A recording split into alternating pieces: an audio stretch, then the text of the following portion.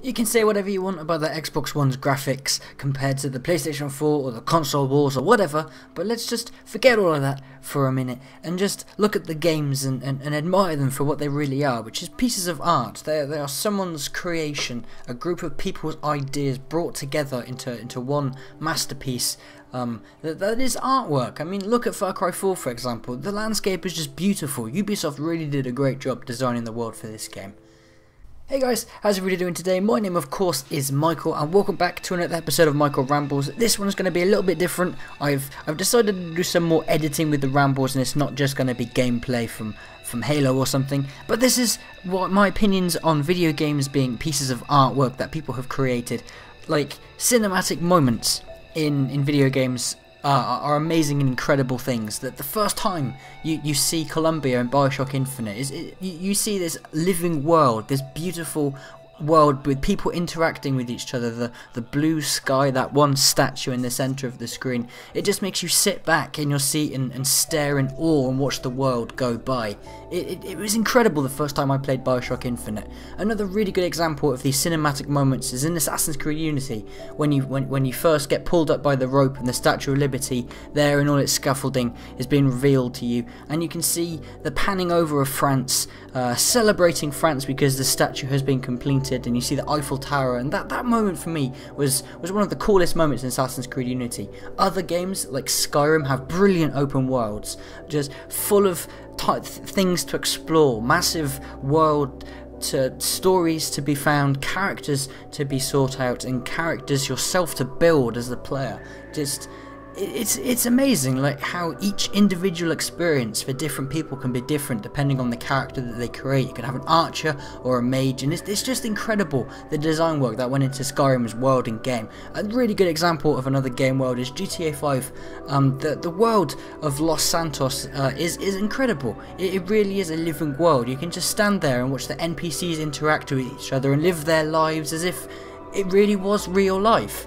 I've never been to LA in real life, but Los Santos is a really good representation of it from what I've seen, and it does just feel alive when you're playing, with all of the radio stations and the sound effects and people being like normal people in the real world. It's incredible what Rockstar have done with GTA 5. Another Rockstar title that I really like is Red Dead Redemption. John Marston is probably one of my favourite gaming characters in the whole time. Like, flawlessly designed characters like him, protagonists and villains alike.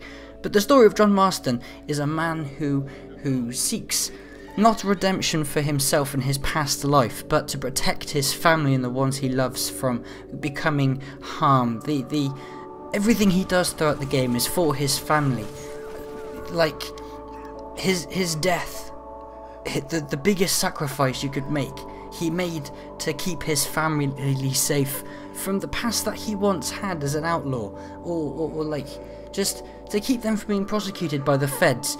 Unfortunately, he did come to an end, and it was one of the saddest moments in gaming. In fact, it's probably the only moment in a game where I've probably cried. So that's saying something. He was never seeking redemption for himself, but he was trying to protect the ones he loved by giving the federal government what they really wanted, which was to end the gang that was once the one he ran in with his friends. Another really good example of a gaming character is Vaas from Far Cry 3.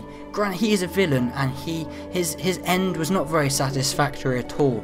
He got replaced with someone who was nowhere near as cool, but he was still a cool character when he was around. He was insane, yet he had this kind of intelligence about him, where he was very uneery as a character when he was around you.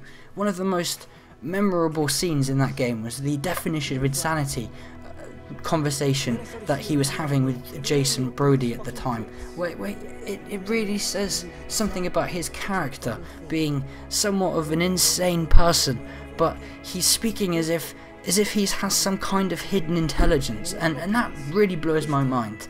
and in later history I suppose, but the Halo 5 Guardians beta, I know it's only in its beta stages, but this game is beautiful from the art style to the gameplay itself. Granted, there are a few bugs and a few hiccups that have to be sorted here and there, but that was a beta.